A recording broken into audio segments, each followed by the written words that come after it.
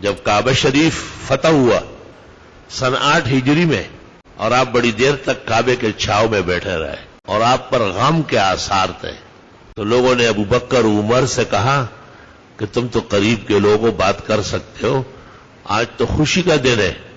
حضرت اتنے غمگین ہیں۔ آپ سے پوچھا گیا، آپ نے فرمایا جن لوگوں نے خواہ مخواہ میرا انکار کیا اور لڑنے پر اتر آئے، مجھے یہاں سے نکالا، ورنہ میری نبوت اور رسالت کے آیات بینات تمام انبیاء سے بڑھ کر ہیں، جن کے وہ لوگ جو مارے گئے وہ بچ سکتے تھے اگر یہ لوگ اذعان اور یقین پیدا کر لیتے۔ لوگ خوشی کے لمحوں میں اپنے مقامات اور فتوحات یاد کرتے، اور جو لوگ آپ کا انکار کر کے میدان بدر میں احد خندق میں مارے گئے، آپ کو ان پر افسوس تھا، کوئی وجہ نہیں تھی انکار کرنے کی۔ جزاک اللہ خیر۔